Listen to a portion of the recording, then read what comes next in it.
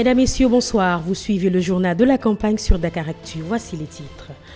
Après son retour triomphal, Abdoulaye Wade est arrivé ce mercredi à Mbacké où un accueil chaleureux lui a été réservé.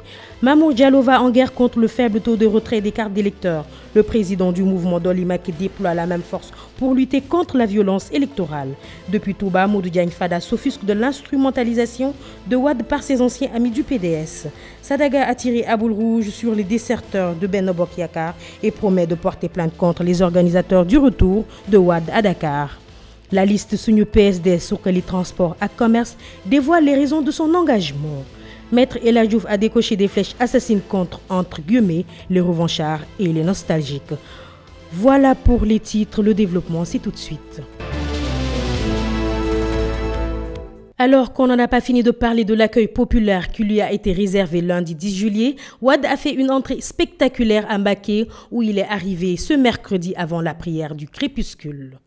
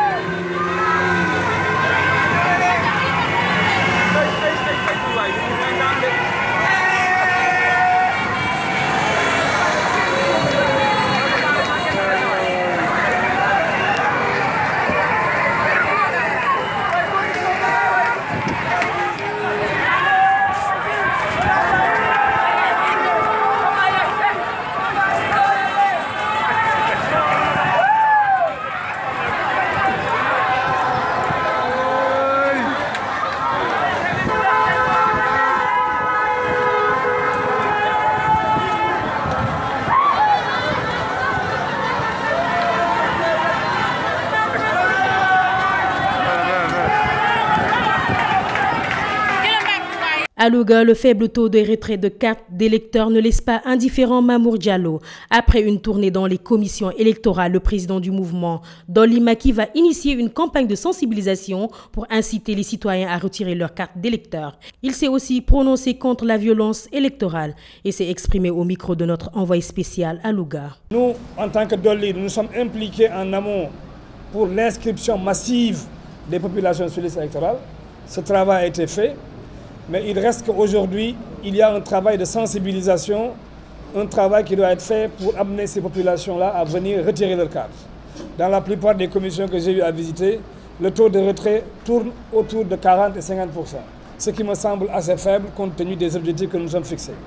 Donc je profite de votre micro et de cette occasion-là pour lancer un appel à toutes les populations de Louga, à toutes les populations du département de Louga, de la commune comme du département, de se rapprocher de ces commissions de distribution-là et de récupérer leurs cartes, parce que c'est effectivement ces cartes-là qui peuvent leur permettre d'exercer leur droit de vote le jour du scrutin et de donner la victoire éclatante à la coalition Benno Bokk Yakaar. Toutes les populations de Louga savent que le credo du mouvement Dolly, c'est la paix, c'est la discipline et c'est l'unité. Maintenant, je voudrais profiter de cette occasion pour lancer également un appel à toutes les forces, qu'elles soient de l'opposition, qu'elles soient de la coalition, pour que cette campagne-là puisse être menée dans la paix, puisse être menée dans la concorde et dans la tranquillité.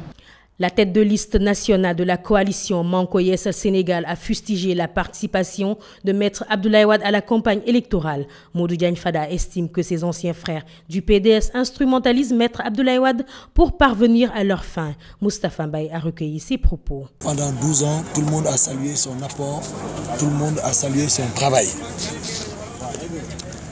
Par contre, nous avons flétri l'attitude des autres cousins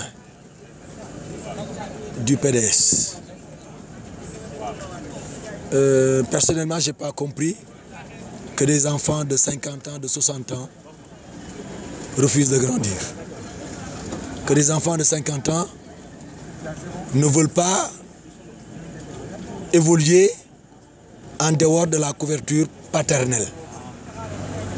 Qu'ils aient besoin de faire appel à lui pour diriger leur liste m'a posé énormément de problèmes. Je crois que mes cousins du PDS ont manqué de courage. ils ont manqué de lucidité.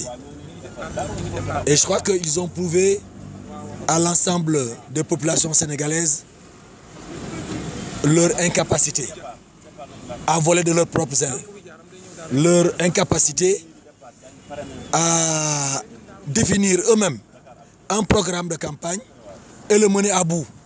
Restons dans la ville sainte pour cette fois-ci vous faire part de la sortie musclée de Abdoulaye Seck Sadaga. En visite au quartier Bahia, il en a profité pour vider son chargeur sur les déserteurs du camp présidentiel, non sans livrer les raisons de leur départ. Les proches d'Abdoulaye Wade qui sont à l'origine de sa venue au Sénégal en ont également pris pour leur garde.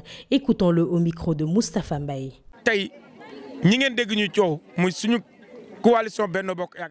Je vais vous dire pourquoi certains de nos camarades ont déserté Benno Bokk Yakaar. Un groupe de députés, dont moi-même, est allé voir le président de la République pour demander des terrains. Le président a été favorable à notre requête et nous a promis de faire partie des premiers habitants de la cité urbaine de Diamniadio. Au lieu de s'en tenir à cette promesse du président, certains d'entre nous ont jeté leur dévolu sur les terrains qu'occupaient des mécaniciens dans la commune de Barthélémy Diaz. Mais pour le président, il était hors de question de déposséder des travailleurs de ces terrains pour les remettre à des députés qui, plus est, perçoivent 1,3 million de salaire et qui disposent de véhicules de fonction. C'est le motif de leur colère. Comprenez-le ainsi. Le président nous a fait savoir que nous ne sommes pas élus pour causer du tort aux démunis au profit des privilégiés. Nous ne le ferons pas. L'autre coalition, c'est celle des voleurs. L'un a détroussé l'argent des Dakarois, l'autre a volé l'argent des Thiessois. Ne votez pas pour eux. Pour le reste, nous allons porter plainte contre les organisateurs du retour de notre grand-père au Sénégal s'il lui arrive quelque chose.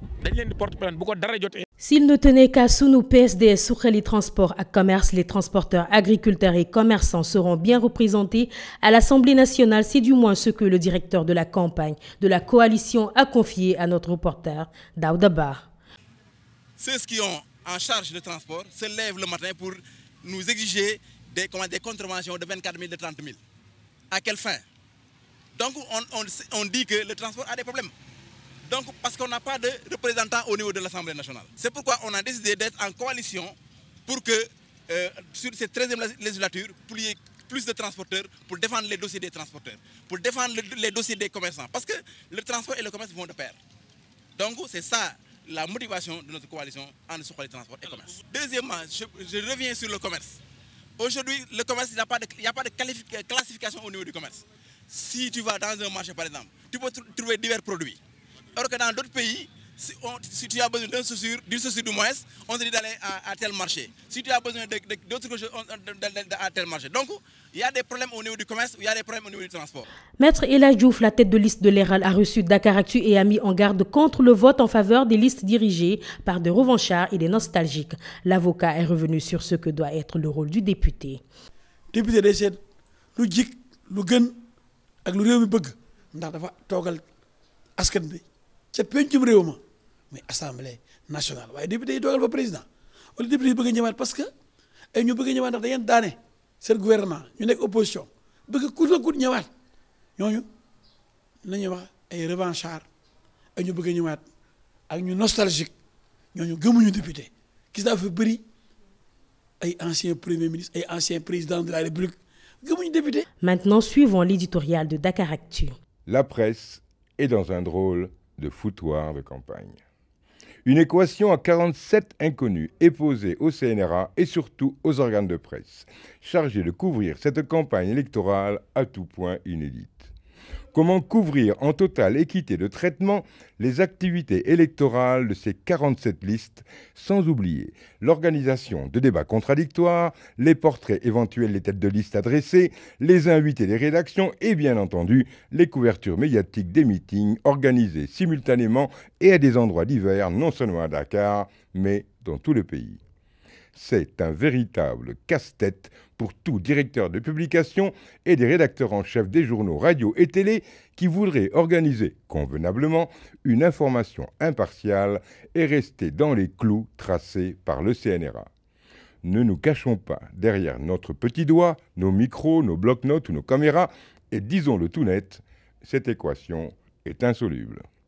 Quel organe de presse dispose d'autant de journalistes qu'il faudrait en plus affubler d'un don d'ubiquité, d'autant de véhicules pour les transporter, afin de couvrir cette campagne électorale avec l'équité requise?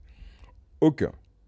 Alors, des choix subjectifs seront inévitablement faits en fonction de critères qui seront la représentativité de telle ou telle liste, la notoriété des têtes de liste, de leur capacité à incarner des problématiques intéressantes et des enjeux porteurs. Le choix sera éditorial. Obligatoirement, à moins que, sauf à imaginer, par exemple, pour un quotidien de 12 pages, qu'une fois qu'on aura consacré, disons, la une et la der aux informations importantes, pour plagier Abdoulaye Fofana, et que les 10 pages restantes soient ouvertes au blabla de campagne, reportages, interviews et meetings des 47 listes en lice, cela donnerait comme espace équitable ce qu'on appelle dans le jargon éditorial la carte de visite.